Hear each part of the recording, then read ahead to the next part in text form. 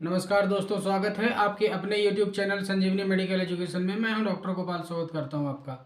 आज हम बात करने वाले हैं एक नया टॉपिक जिसका नाम है आर्थराइटिस या गठियावात। तो आज जानते हैं कि आर्थराइटिस क्यों होता है, क्या कारण होते हैं उसके होने के और क्या लक्षण दिखाई देते हैं, जिससे हम पता कर पाएँ कि हमको आर्थराइटिस नाम की डिजीज़ या बीमारी हो चुकी है। तो चलिए शुरू करते हैं कि आर्थराइटिस क्या है। आर्थराइटिस या गठियावात एक ऐसी बीमारी है जो जॉइंट में होने वाली एक डिजीज़ है। जॉइंट या हड्डियों के जॉइंट में होने वाली एक ऐसी बीमारी है जिसे हम आर्थराइटिस या गठियावात बोलते हैं। इसमें क्या होता है, जॉइंट में लंबे समय से सूजन, क्रोनिक इन्फ्लामेशन रहता है। लंबे समय से अगर इसमें इन्फ्लामेशन बना रहे, सूजन बना रहे और ये लगातार बना रहे, इसे ही क्रोनिक इन्फ्लामेटरी डिजीज़ होती है, जिसे हम आर्थराइटिस कहते हैं। क्रोनिक इन्फ्लेमेशन मतलब लगातार पुराने समय से, लंबे समय से सूजन बना हुआ है जॉइंटों में, उसके कारण उसे जो जोड़ों में दर्द पैदा हो रहा है उसे हम आर्थराइटिस कहते हैं।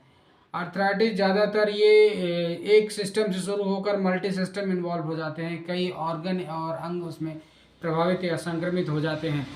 ये ज़्यादातर महिलाओं को होता है अपेक्षाकृत पुरुषों की।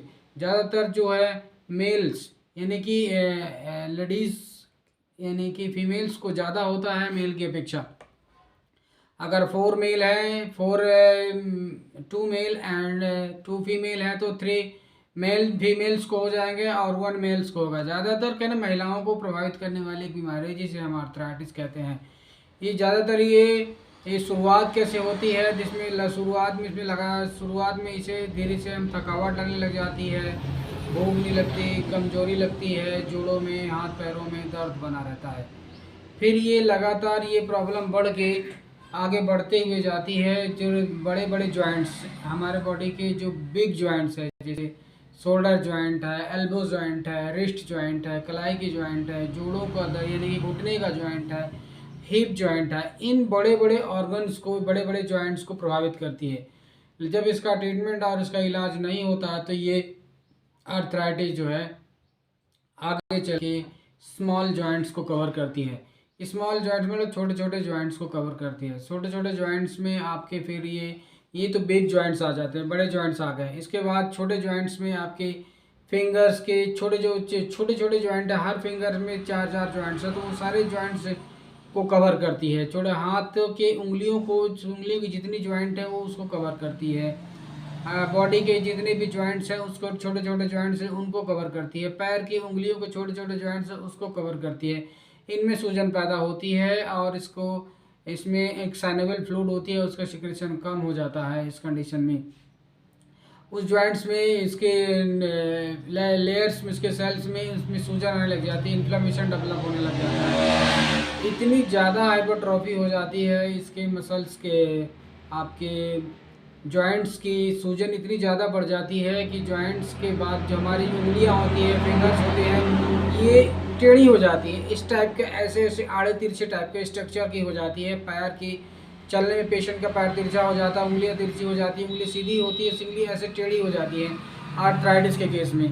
ऐसे केस में बहुत ज़्यादा पेशेंट को पेन होता है, डिफ़िकल्टी होती है चलने में, अपना कोई भी काम नहीं कर सकता, उठ नहीं सकता, बैठ नहीं सकता, चल नहीं सकता, किसी से अपना कोई वर्क नहीं कर सकता।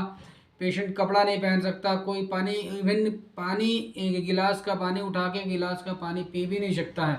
इतनी ज़्यादा अगर सीवियर कंडीशन में पेशेंट की स्थिति अगर ख़राब हो जाती है, बढ़ जाती है बीमारी, तो उस कंडीशन में अपने को पेशेंट को प्रॉपर तरीके से एग्जामिनेशन करके ट्रीटमेंट लेना बहुत ही आवश्यक हो जाता है। ये बीमारी अगर लगातार इसका ट्रीटमेंट नहीं हुआ तो एक्स्ट्रा आर्टिकुलर मैनिफेस्टेशन देखने को मिलता है।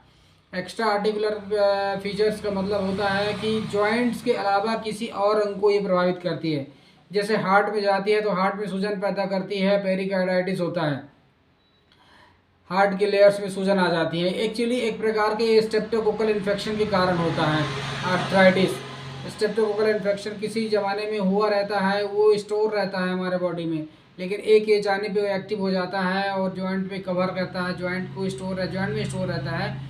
फिर वो जॉइंट को इफेक्टेड करता है। फिर जॉइंट का ट्रीटमेंट नहीं हुआ तो वो हार्ट के लेयर्स को इफेक्ट करती है, हार्ट के वॉल को इफेक्ट करती है, जिसे रोमेटाइड आर्थराइटिस बोलते हैं या आर्थराइटिस बोलते हैं। और जिसे रोमेटिक आर्थराइटिस बोलते हैं, हार्ट में चला जाता है तो रोमेटिक हार्ट डिजीज़ बोलते हैं। ऐसी चीज़ें को वो प्रभावित करता है। हार्ट लंग फेफड़े में जाने के बाद जॉइंट में आर्थराइटिस काज करती है, फेफड़े में हार्ट डिजीज़ काज करती है, हृदय की बीमारी काज करती है, फेफड़े में जाती है तो प्लूरल एफ्यूजन काज करती है, न्यूमोकोनियासिस नाम की डिजीज़ होती है, फेल्ड सिंड्रोम होता है वो डेवलप होती है। फेल्ड सिंड्रोम क्या होता है? फेल्ड सिंड्रोम में आपका आर्थराइटिस भी रहता है, आपका लंग्स की डिजीज़ भी रहती है, आपकी हार्ट डिजीज़ भी रहती है। ये तीनों चीज़ें उसमें कवर करके पेशेंट को इतनी ज़्यादा सीरियस कंडीशन कर देती है, पेशेंट का जीना मुश्किल हो जाता है। इस कंडीशन में प्लूरल इफ्यूजन हो जाता है, हार्ट में तो हार्ट के लेयर्स में सूजन हो जाए, फेफड़े में आए तो प्लूरल इफ्यूजन हो गया, मतलब कि फेफड़े में पानी भर गया।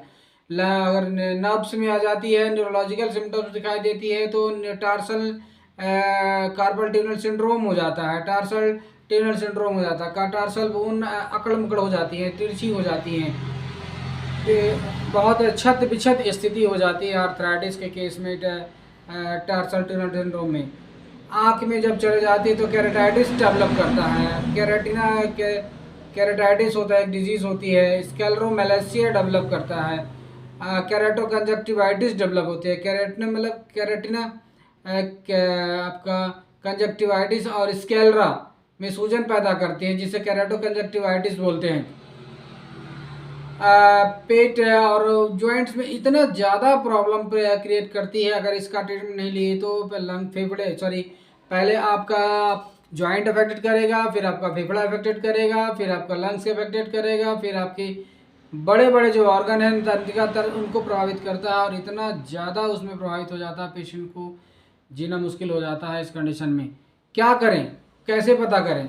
इस कंडीशन में पेशेंट को कुछ सिम्टम्स है जो आपको हमने बताया जिससे आप पता लगा सकते हैं को आर्थराइटिस नाम की डिजीज़ या बीमारी हो गई है। फिर भी आप कन्फर्मेटिव डायग्नोसिस पता करने के लिए आप CBC काउंट करवा सकते हैं। इसमें ज़्यादातर लिपोसाइट काउंट्स बढ़ा हुआ रहता है, इन्फ्लेमेशन रहता है और आपके CRP जो वैल्यू होती है वो बड़ी रहती है। रोमेटिक आर्थराइटिस की जांच के लिए एक RA फैक्टर एक जांच होती है, उसकी जांच करा सकते हैं आप। क्वांटिटेटिव और क्वालिटेटिव टेस्ट भी करवा सकते हैं। क्वांटिटेटिव में आपकी वैल्यू पता चलेगी एंड क्वालिटेटिव में पॉजिटिव निगेटिव का पता चलेगा। इस तरह का आइडेंटिफिकेशन करने के लिए आप इन्वेस्टिगेशन आप पेशेंट का करवा सकते हैं।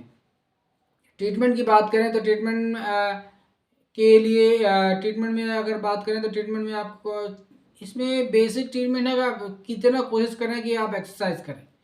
जितना एक्सरसाइज करेंगे उतना ज़्यादा पेशेंट को रिलीफ मिलेगा। और एलोपैथी ड्रग्स में तो आपको पेन किलर या कैल्शियम और सपोर्टिव कोई एंटीबायोटिक थेरेपी, अगर स्ट्रेप्टोकोकल इन्फेक्शन है तो एंटीबैक्टीरियल ड्रग्स दे के आप उसको ठीक कर सकते हैं। लेकिन लॉन्ग टर्म थेरेपी के लिए आप इसको आयुर्वेद और होम्योपैथी में जाके आप ज़रूर ट्रीटमेंट लें। अगर एलोपैथी ड्रग्स में तो कुछ समय तक खाने के बाद इससे ड्रग्स की साइड इफ़ेक्ट भी आ जाती हैं और वो ड्रग्स काम करना बंद भी कर देती है। फिर आपको नी रिप्लेसमेंट और बहुत ज़्यादा कॉम्प्लिकेशन का सामना करना पड़ेगा। इसके लिए कॉम्प्लिकेशन से बचने के लिए आपको होम्योपैथी और आयुर्वेद का सहारा लेना चाहिए जिससे आपको ट्रीटमेंट मिल सके। और आपका जो आर्थराइटिस या गठियाबात के पेशेंट है उसको ठंड यानी वेदर जब चेंज होता है उसमें आपको प्रॉब्लम बढ़ जाती है। उस कंडीशन में आपको टाइमिंग का ध्यान रखना पड़ेगा, ठंड से बचना पड़ेगा, खट्टी चीज़ों से परहेज करना पड़ेगा और आपको कोल्ड एंड बिटर यानी कोल्ड चीज़ें नहीं खानी हैं, आपको खट्टी चीज़ें नहीं खानी हैं और आपको वेदर से बच के रखना है। हीट आपको कोल्ड एक्सपोजर से आपको बच के रखना है ज़्यादातर आर्थराइटिस के पेशेंट में। और इसको ट्रीटमेंट लगातार लेना है। इसको अगर आप ट्रीटमेंट नहीं लेते हैं तो आपकी प्रॉब्लम लगातार बढ़ती जाएगी और एक कंडीशन ऐसा आएगा कि पेशेंट आपको बेड रिडन हो जाएंगे। पेशेंट इतनी ज़्यादा स्थिति खराब हो जाती है कि बिस्तर में रह जाता है। आई होप ये टॉपिक आपको अच्छा लगा होगा, समझ में आया होगा। और समझ में आया तो हमारे चैनल संजीवनी मेडिकल एजुकेशन को आप ज़रूर सब्सक्राइब करिए, लाइक करिए, कमेंट करिए और शेयर करिए। तब तक के लिए ऐसे इन्फॉर्मेटिव वीडियो आने के लिए हमारे पेज संजीवनी मेडिकल एजुकेशन को आप ज़रूर सब्सक्राइब करिए एंड फॉलो करिए। और कोई जानकारी अगर आप चाहिए तो आप ज़रूर कमेंट करिए, जिससे हम आपकी जानकारी देने की कोशिश करेंगे। तब तक के लिए अपना ध्यान रखिए। धन्यवाद।